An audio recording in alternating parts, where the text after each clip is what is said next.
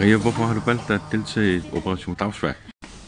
Fordi jeg synes, det er et virkelig vigtigt projekt, men også fordi, at jeg synes, det er rigtig fedt, at man kan komme ud og arbejde på sådan en helt anden måde, end man er vant til, når man går på gymnasiet, så man ikke skal sidde i et klasselokale.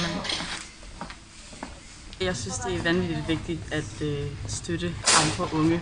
Specielt det hele koncept med, at vi er nogle unge mennesker, der arbejder for unge mennesker, så man kan få nogle bedre vilkår, synes jeg var mega vigtigt og mega stærkt. Så derfor vil jeg rigtig gerne bidrage til det.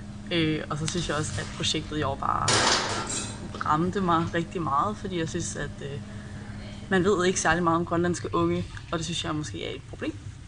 Og det kunne det her projekt helt meget hjælpe med at gøre det mere opmærksom på. Og så kan man også på samme tid støtte grønlandske unge. Det kan jeg bare synes er mega fedt at have den mulighed. Så derfor vil jeg rigtig gerne arbejde i år.